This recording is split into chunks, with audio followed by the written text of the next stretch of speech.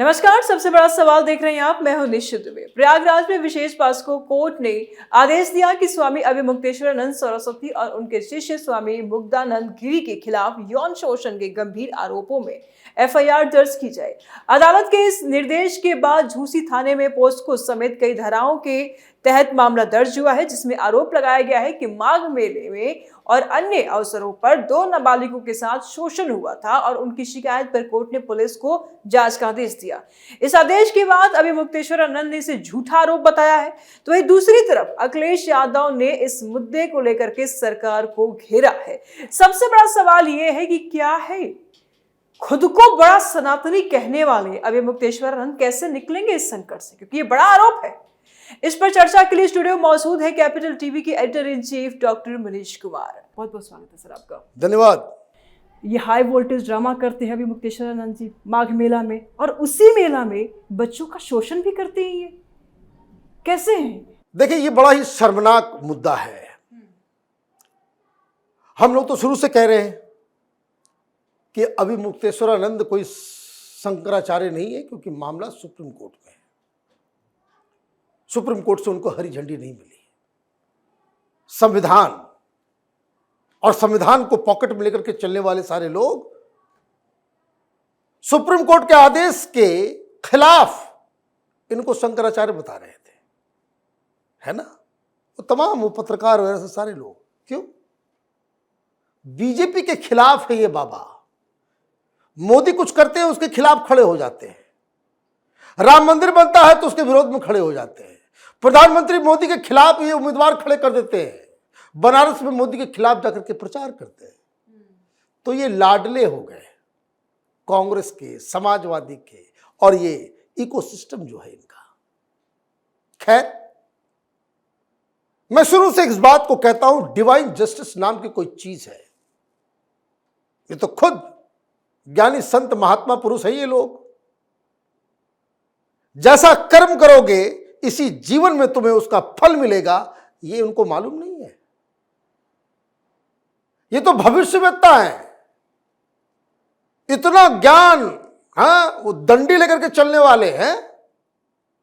अपना ही हाथ नहीं देखा, अपना ही हॉरोस्कोप नहीं देखा, अपनी कुंडली नहीं जानी कि जेल जाना पड़ेगा।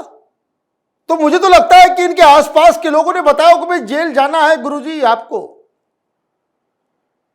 तो पहले से ही चमकाना चालू कर दो। बिकॉज ही न्यू कि उनका ये सारा कांड कारनामा ये पब्लिक में आएगा आज न कल।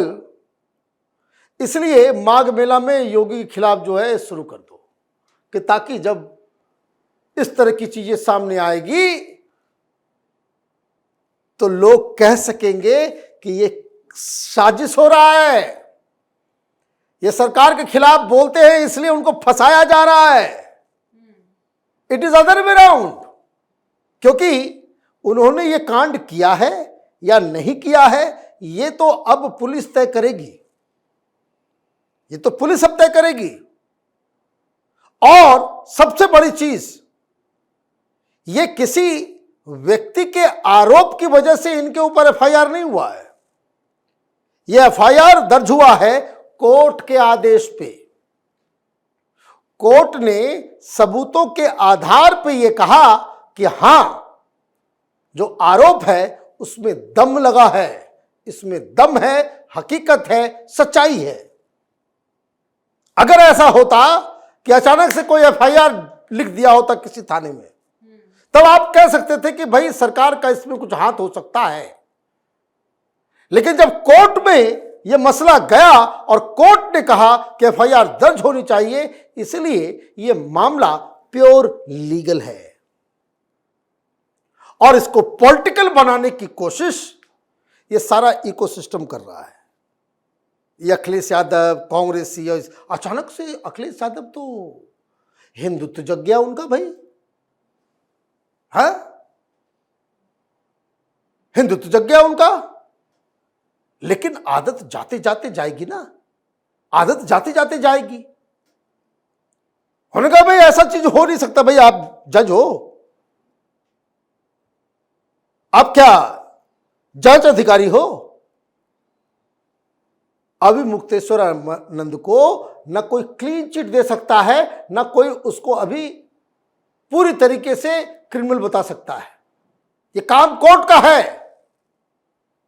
जो वस्तुस्थिति है उसके ऊपर ही बातचीत लोगों को करना चाहिए। इसके आगे जाना, इसका मतलब है कि आप जो है किसी न किसी तरीके से आप बायस्ड हैं।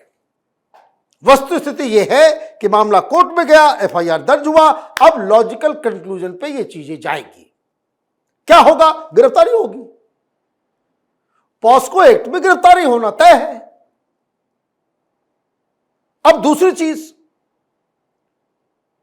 कि भाई आप बेल भी ले सकते हैं, बेल भी मिल सकता है। तो ये तो योगी आदित्यनाथ के हाथ में नहीं है ना, सरकार के हाथ में नहीं है। बेल कहां? तो कोर्ट से। बेल डिनाय होगा कहां से? कोर्ट से। आप सेशन कोर्ट जाएं, हाई कोर्ट जाएं, सुप्रीम कोर्ट जाएं, बेल मिल जाएगा, ठीक है। नहीं बेल मिलेगा, जेल में रहेंगे। तो ये वस्तु स्थिति है। लेकिन नाक घुसड़ने आ गए अखिलेश यादव। अब अखिलेश यादव कह रहे हैं कि ये तो बड़ा अन्याय हो गया। और जिसने जो आरोप लगाया है, वो जगत गुरु रामभद्राचार्य का जो है वो चेला है। मैंने तो बहुत बड़ी गलती कर दी, रामभद्राचार्य जी के ऊपर 420 का केस था, उनको जेल में डाल देना था। अच्छा, मुख्यमंत्री जेल में डाल देगा? मुख्यमंत्री जेल में डाल देगा किसी को? मुख्यमंत्री का काम होता है किसी को जेल में डालना? ये बेकार की बातें ये लोग करते, पता नहीं सिर पैर, इनको सिर्फ वोट बैंक नजर आता है, हिंदुओं को बांटना है। अभी यूजीसी चल रहा है, अभी मुक्तेश्वरानंद का जो है मामला चल रहा था। अचानक हर चीज में बोलेंगे कि जिन लोगों को जो है अपमानित महसूस कर रहे हैं, जो पीड़ित महसूस कर रहे हैं बीजेपी में, ये ब्राह्मणों को जो है अपने साथ में लेने का पता नहीं। कुछ लोगों को इन्होंने हायर किया है, या कुछ लोग अपने मन से हिंदुओं को, ब्राह्मणों को वो भड़काने की कोशिश, या फिर एक पूरा प्रपंच इन लोगों ने तैयार किया था और उसका पोस्टर बॉय ये अभिमुक्तेश्वरानंद थे। ये तो बताना पड़ेगा कि जो अचानक से हिंदू प्रेम जागा है वो क्यों जागा है भाई? आपके पिताजी को सारा हिंदू समाज मुल्ला मुलायम कहता है। आपने हिंदुओं की खून से सरयू को लाल कर दिया था। कत्लेआम वैसा कभी आजाद भारत में कभी नहीं हुआ जो आपके पिता ने, आपकी सरकार ने किया। और यह आदमी जेल जाएगा। आप कहते हो शंकराचार्य जी, तो भाई कि पहला शंकराचार्य है। यही यूपीए की सरकार आई थी, आप उसमें सरकार थे। यह डीएमके करुणानिधि की सरकार थी तमिलनाडु के अंदर। कांची के शंकराचार्य को जेल में डाला गया, वो भी फॉल्स केस में। कोर्ट के आदेश पे उनको गिरफ्तार नहीं किया गया था, सरकार के आदेश पे गिरफ्तार किया गया था। फर्क समझिए। अभी तो आप उसके चरण वंदना में तमिलनाडु में जाकर के आप प्रोग्राम करते हो, डीएमके का प्रचार होता है। या राहुल गांधी वो स्टालिन को अपने साथ लेकर के बिहार में घूमते हैं। तो अभी इंडी गठबंधन में तो वैसे लोग हैं। ये वामपंथियों के साथ आपका बड़ा स्नेह है, बहुत प्रेम है। वामपंथी दीपावली मना रहे थे जब शंकराचार्य को जेल में डाला गया था। 11 साल लगा जब कोर्ट से उनको क्लीन चिट मिला। और ये अचानक से ये लोग जो है हिंदू प्रेम जागृत हो गया है। क्या हुआ है?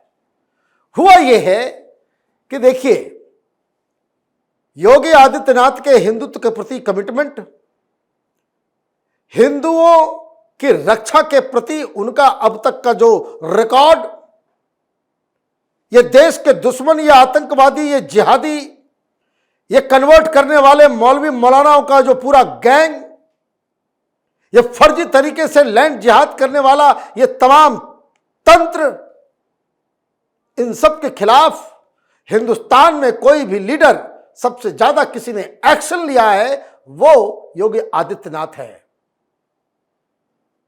इसमें किसी को कोई डाउट नहीं होना चाहिए, और ना ही योगी आदित्यनाथ के कमिटमेंट और उनके इंटीग्रिटी के ऊपर कोई सवाल खड़े कर सकता है। कोई मूर्ख होगा जो उनको जो है वो कहेगा कि भाई ये जो है राजनीति कर रहे हैं। नहीं, हिंदुत्व के प्रति उनका कमिटमेंट इट इज अनपैरेलल, कोई उनके आसपास भी नहीं है।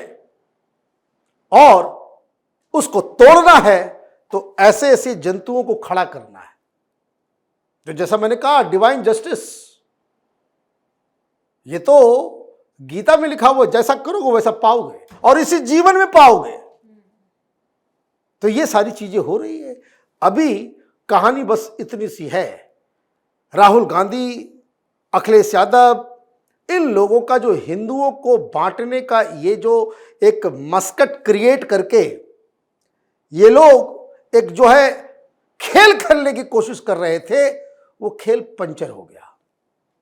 साइकिल में जो है हवा निकल गई और ये कांड ऐसा आया कि जिसमें इनका जो पोस्टर बॉय था वही नप गया। लेकिन अब एक हिंदू होने के नाते मैं इस बात को जरूर कहूंगा कि जो लोग भी अब तक अभिमुक्तेश्वरानंद को शंकराचार्य कह रहे थे, उनकी तरफ से ही आवाज आनी चाहिए कि जब तक आपको क्लीन चिट नहीं मिले, ये शंकराचार्य और जो भी मठ और इसके जो जो दायित्व आपके पास है उससे आपको मुक्त किया जाता है। He must face the law like a common man. एक हिंदू संत के रूप में आप अगर एक इस तरह के पॉस्को के एक्ट में आरोपी बनकर कोर्ट के सामने खड़ा होगे तो ये सनातन हिंदू धर्म का ये अपमान होगा।